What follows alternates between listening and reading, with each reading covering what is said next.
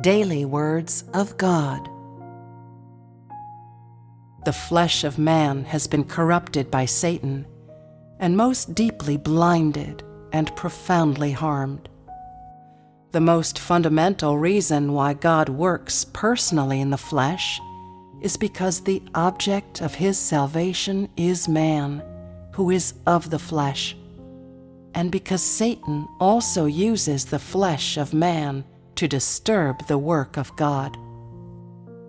The battle with Satan is actually the work of conquering man, and at the same time, man is also the object of God's salvation. In this way, the work of God incarnate is essential. Satan corrupted the flesh of man, and man became the embodiment of Satan, and became the object to be defeated by God. In this way, the work of doing battle with Satan and saving mankind occurs on earth, and God must become human in order to do battle with Satan. This is work of the utmost practicality. When God is working in the flesh, he is actually doing battle with Satan in the flesh. When he works in the flesh, he is doing his work in the spiritual realm, and makes the whole of his work in the spiritual realm real on earth. The one who is conquered is man, who is disobedient to him.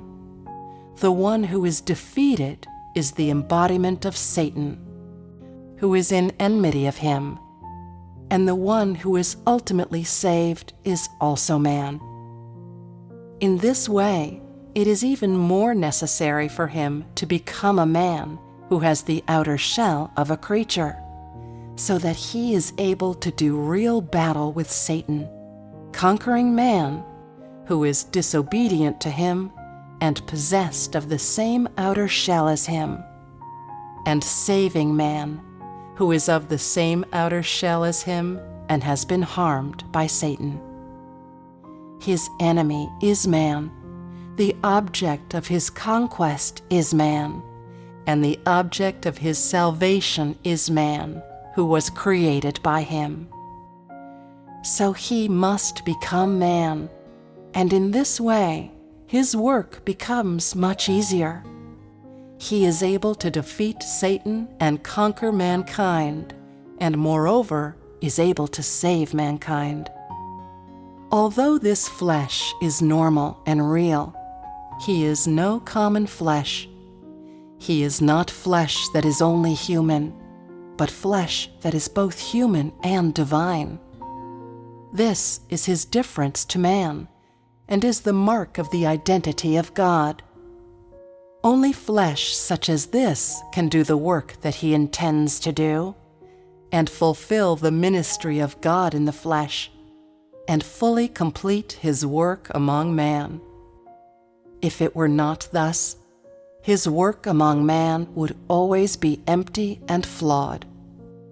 Even though God can do battle with the spirit of Satan and emerge victorious, the old disposition of corrupted man can never be resolved, and those who are disobedient to him and oppose him can never truly become subject to his dominion, which is to say, he can never conquer mankind and can never gain the whole of mankind. If his work on earth cannot be resolved, then his management shall never be brought to an end, and the whole of mankind will not be able to enter rest. If God cannot enter rest with all of his creatures, then there shall never be an outcome to such management work, and the glory of God shall consequently disappear.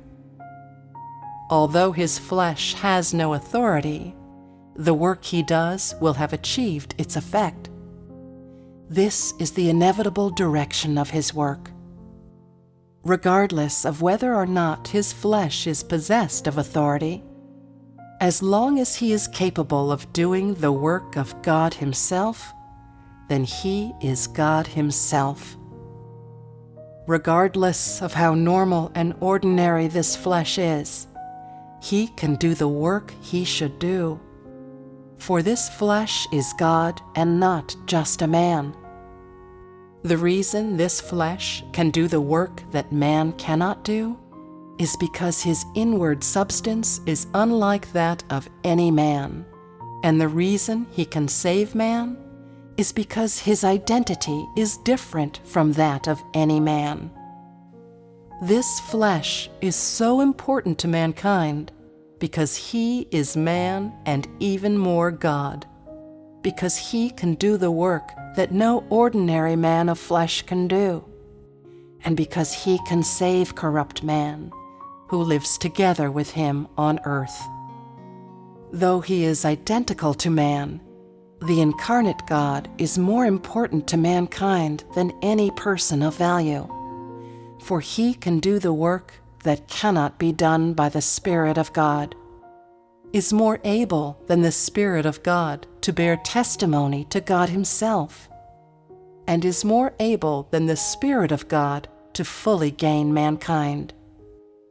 As a result, although this flesh is normal and ordinary, his contribution to mankind and his significance to the existence of mankind make him highly precious, and the real value and significance of this flesh is immeasurable to any man. Although this flesh cannot directly destroy Satan, he can use his work to conquer mankind and defeat Satan, and make Satan fully submit to his dominion. It is because God is incarnated that he can defeat Satan and is able to save mankind. He does not directly destroy Satan, but becomes flesh to do the work to conquer mankind, who has been corrupted by Satan. In this way, he is better able to bear testimony to himself among the creatures, and is better able to save corrupted man.